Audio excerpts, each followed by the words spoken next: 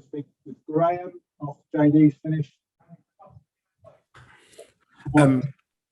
Sorry, did you say good to go? Yeah, go for it, JD. No worries. I don't know where to start, Graham. I mean, incredible performance, incredible bravery shown throughout the performance. But how do you reflect on what was probably a well-deserved draw, and probably maybe deserved a little bit more as well? Yeah, I thought it was a fantastic performance from the players. Really full of courage, full of quality against the side, of course. And to come here and to be ourselves is a big challenge. But I thought we were. And that's credit to the players. They were fantastic tonight. What have you said to Danny? I mean, we know that the struggles that he's had off the field, but it makes it all worth it when you can score moments like that. What words did you say to Danny after the game? I probably can't repeat them now, to be fair, but just well done. I'm pleased for him. He's you fight and you have these setbacks that he's had, but he's been a top guy around the place. He's supporting the team, supporting his teammates. And then when you pop up with a goal like that, with the quality that he's got, it's fantastic for him and great for the team because, like I said, it's nice to get something from the game. Thomas was very passionate just beforehand, saying that he felt it was 100% a penalty on Christian Pulisic.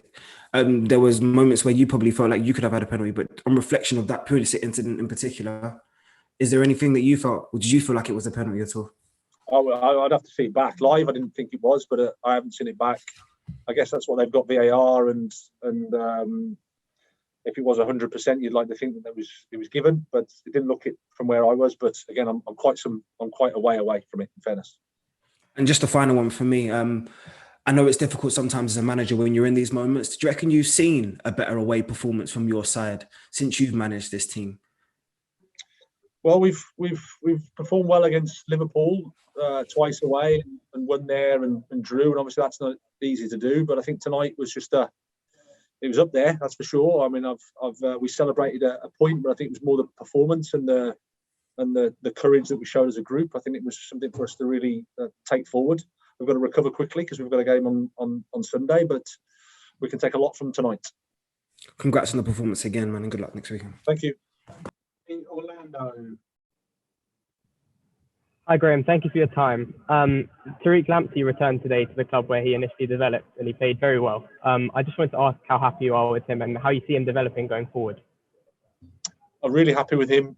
He's had a really frustrating year in terms of injury, so that's why he came off. It was just too much of a risk to carry him on into the last stage of the game with the history that he's had. But I thought you could see his quality, you could see what he brings.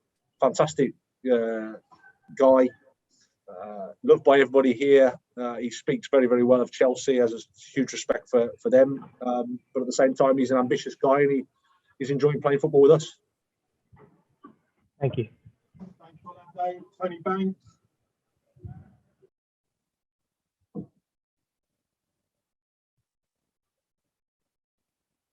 Tony, have you got a question?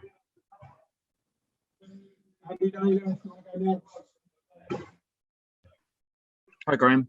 Hi, Andy. Just back on Danny. Can you put into words the difference he makes to Brighton? The difference between when you haven't got him, when he's been injured, and now that he's back. Well, I mean, the results we've had gives you a little indication of what he can do. You can see the quality that he's got tonight.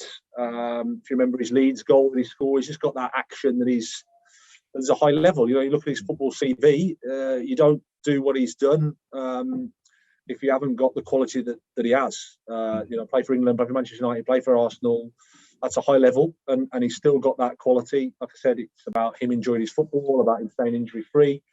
And if we have that, then he's a fantastic player, really important player for us. How hopeful are you? He obviously had the hamstring, didn't he? I think really from pre-season to an extent, and then he eventually had the surgery. How hopeful are you that that's sort of cleared the issue up? Well, he had it at the back end of last season, if you remember, I think up against Manchester City, I think it was. And since then, it hasn't really been right. The positive thing for us is that he's had surgery before and he's right, so I've never had any problem with it since. So I think the surgery can be really, really good for him and positive for him. So it clears his brain. He's 100% confident with everything. I think that's really important for somebody like Danny. Thank you. Cheers. Andy, Tony Banks, do you want to try again?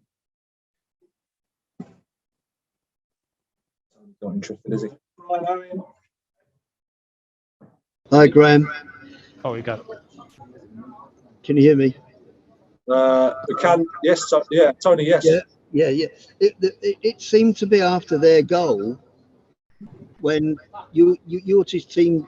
That was the reaction that you started to dominate the game after they scored.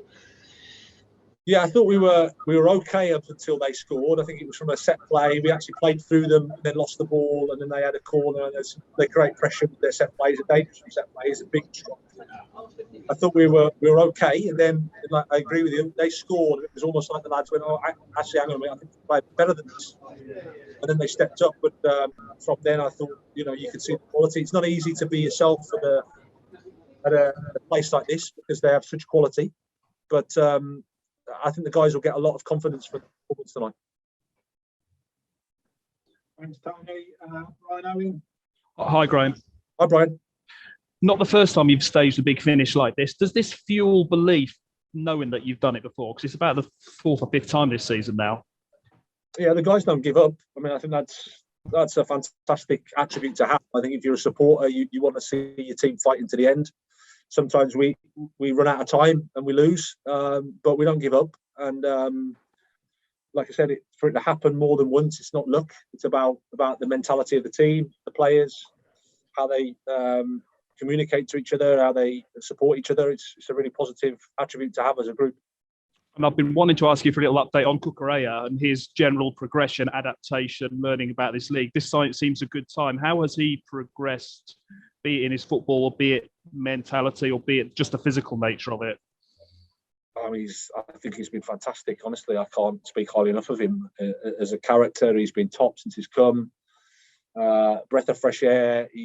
Great enthusiasm, great desire to play football, to run off the ball, to tackle, everything you want. I think its supporters must love him. But has he progressed in ways? Have you seen him moving up levels? Yeah, I mean, I think it's just like you'd imagine, adapting to the country, adapting to the league. I think his first game was away at Brentford. It's a bit of a welcome to English football type thing. But he's adapted, and that's why he came here. He wanted to take that challenge. He's got the personality, he's got the quality. I think playing with the team will help him. The more he understands the team, the more we understand him, the better he'll get. Brilliant. Thanks, Graham. Well done tonight. Cheers. Cheers, Brian. Darren Howard. Yeah, hi, Graham. Just a quick one on Adam Lallana. Obviously, 2 games in quick succession for him. But he just went through to the end, didn't he? He was. Were you surprised at the energy he still had in today's game, considering the Brentford match? I think it's credit to Adam and how he's worked for the last year and a half. He's played a lot of football, so I think he's got a lot of football in his body and his legs. He recovers well. He manages the game well. Plays with experience. Plays with an understanding of what's required.